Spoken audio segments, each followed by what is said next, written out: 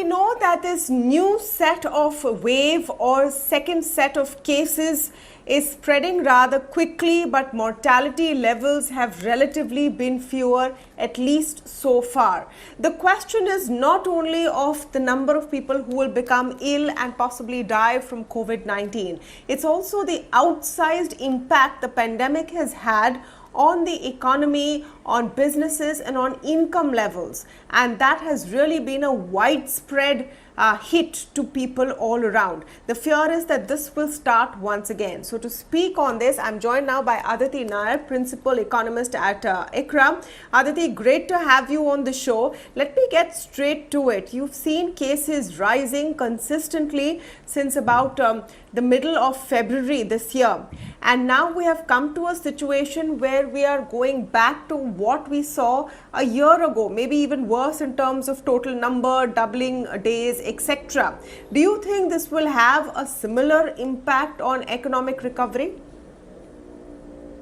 Absolutely. What's happened in the last few weeks is we've got this surge in COVID-19 infections that has picked up again, and it's limited to some states, but they're very important states as far as overall economic activity is concerned.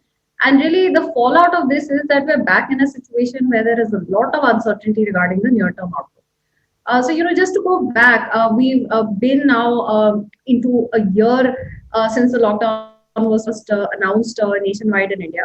And we had a complete shutdown as far as production was concerned. We had a very rapid recovery until about December of 2020. And the fallout, as a result of that, India was able to exit the recession.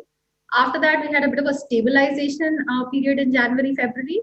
And the expectation is that because of very positive base effects, we'll get this large improvement in volume growth in the month of March. But concomitantly, we've also come into a situation where we've again got the COVID-19 infections which are rising rapidly. Some states and some cities have started to reimpose localized restrictions as well. And so that's really counteracting that base effect-led improvement that we were hoping to see, along with the continued normalization itself taking place from what we saw at the depths of the lockdown and the recovery that we've seen after that. So it's certainly really, to sum it up, we're back in a situation where there's a lot of, fueled uncertainty which is there about the near-term outlook. And it's becoming a little difficult to be able to predict how soon we'll really return to a durable pre-COVID normalcy with the way things are standing right now. So let me get into a bit of detail, Aditi. When you say uncertainty in near-term outlook, would this also extend to supply-side constraints? Because if you remember, the big marker of the situation last year in a full lockdown was a supply-side choke-up. Now that seems like it's unlikely to happen. So which sectors and which areas of business activity do you think will be most impacted? I agree, Tamanna. We don't think we're going to get back into any kind of a major nationwide lockdown. We've learned from the lessons of the pandemic, and that is a very unlikely situation to be repeated. So large-scale supply-side disruptions is not something that we're looking at. But what we have seen is that restrictions have been reimposed, and that has again led to a change in behaviors and a change in what can and can't be done in different local areas. And again, in last couple of months, on the one hand, we've got the vaccines actually being rolled out, sentiment has improved, but because their access has been limited to only a certain part of the population, we haven't seen a very major improvement in the contact intensive sectors. And with restrictions again going up, coming back, and with the cases going up with some amount of fear, which will eventually end up coming back, it'll again be the contact intensive services, which I suspect will be worse hit in the near term, and therefore their recovery will possibly get pushed back even further.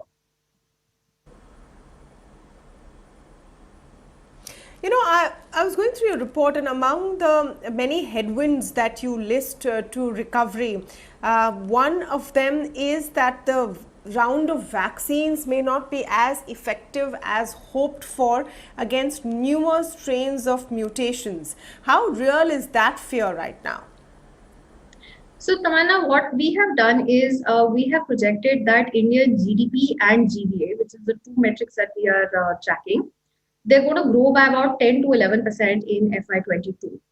And this will be led by a normalization in economic activity, a bump up after the vaccines are widely available, and really a low base effect as well. So that's what we expect will lead to a double-digit growth in real terms, as well as a 15% growth in nominal terms is our current projection.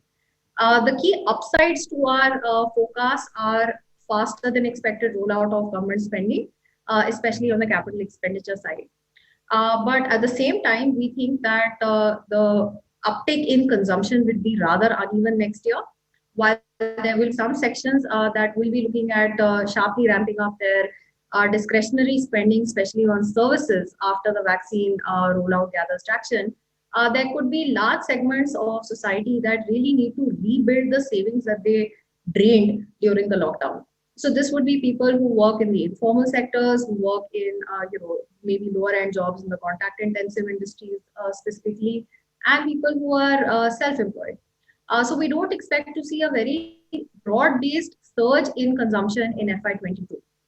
The key downsides to our forecast are that, firstly, the surge in cases that we've seen recently, that is something that continues over an extended period of time, resulting in a continuation of restrictions and an acceleration of restrictions in localized areas. Secondly, the vaccines which are available right now not being effective enough against new mutations, new variants of the disease, which may come up over a period of time, and really slower than expected rollout and availability of vaccines over a larger part of the population. Now, even now, with the latest phase that is about to start, we will have a large part of the working age population that still will not have access to the vaccine. And these are people who are part of the workforce, or the young adults up to 45 years of age, and also people who drive a lot of aggregate demand. So our view is that the uncertainty will persist as far as the near-term outlook is concerned until a much larger part of the adult population is actually vaccinated.